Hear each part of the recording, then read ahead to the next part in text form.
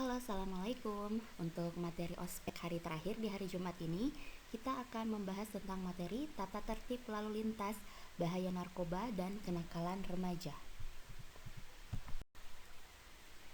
Untuk tata tertib lalu lintas ini, kita akan membahas etika dan pengertian dari kecelakaan lalu lintas tersebut.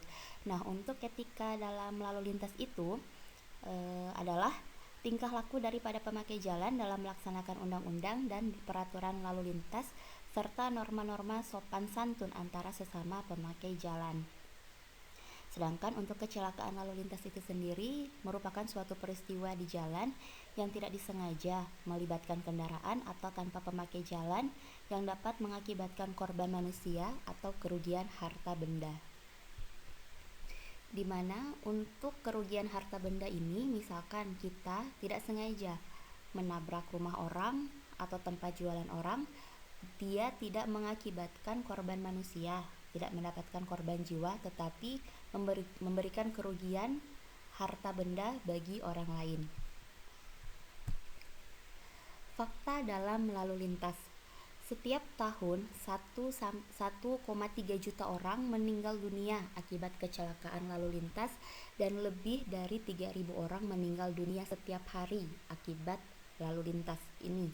Nah, untuk korban laka lantas ini menduduki posisi ketiga di dunia sebagai penyebab kematian tertinggi setelah penyakit jantung dan HIV/AIDS. Maka dari itu, pada tanggal 10 Maret 2010, PBB membentuk aksi tema Decade of Action for Road Safety 2011-2020 atau dekade aksi keselamatan jalan. Nah, Indonesia selaku anggota PBB segera menindaklanjuti dengan mencanangkan kampanye keselamatan jalan di Indonesia tahun 2011 sampai 2020 dengan tujuan untuk menekan angka kecelakaan sebesar 50%.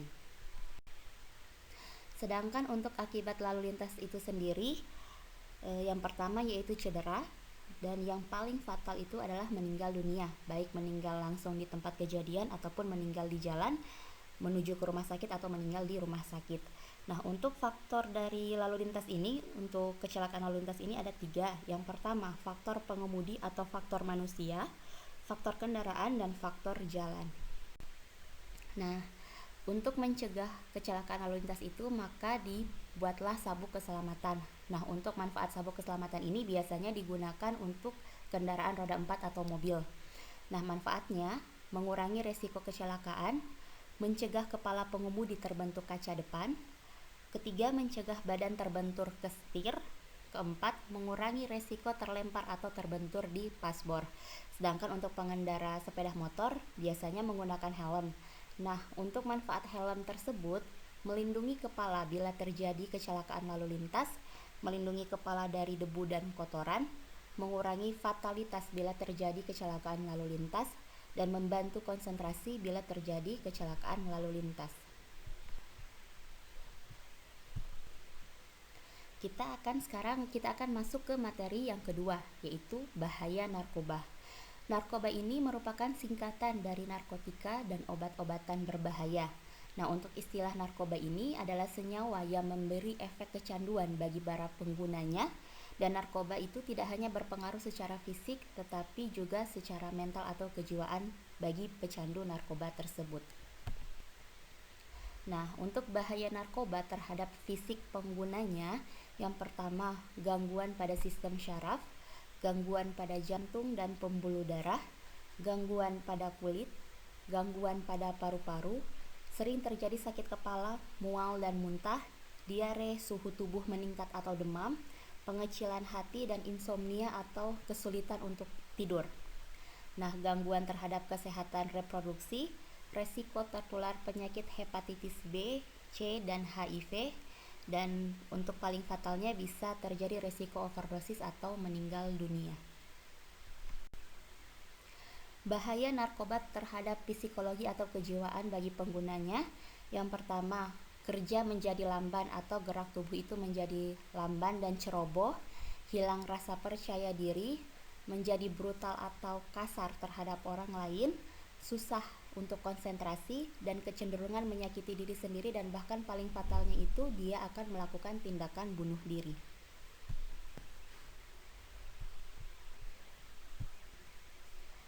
Bahaya narkoba terhadap lingkungan sosial. Yang pertama, gangguan secara mental, antisosial atau tidak mau bergaul lagi dengan orang lain, merasa dikucilkan di lingkungan tempat tinggal atau keluarga, menjadi beban keluarga dan masa depan terganggu. Nah, untuk jenis-jenis narkoba yang sering digunakan di Indonesia itu ada 6. Yang pertama opioid, kokain, ganja, ekstasi, sabu-sabu, dan benzodiazepin. Nah, untuk materi yang terakhir yaitu kenakalan remaja.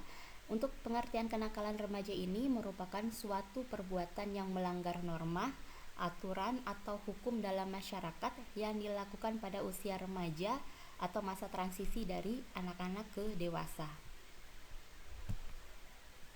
Nah, untuk jenis-jenis kenakalan remaja itu biasanya ada 3.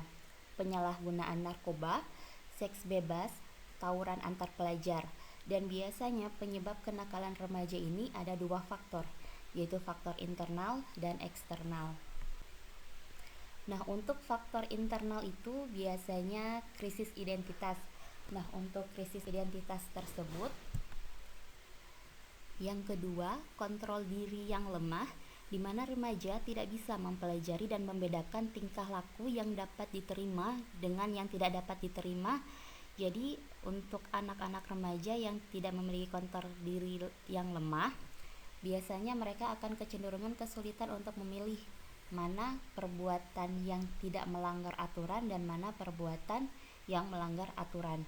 Nah, sedangkan untuk faktor eksternal biasanya itu faktor dari luar, bisa jadi dari keluarga atau orang tua yang berpisah atau bercerai, teman sebaya yang kurang baik, atau komunitas serta lingkungan yang kurang membadai. Nah, untuk mengatasi kenakalan remaja, diharapkan remaja harus bisa mendapatkan figur orang dewasa yang baik, entah dari keluarga, teman, kenalan yang baik, ataupun guru. Serta yang kedua, adanya motivasi dari keluarga, guru, dan teman.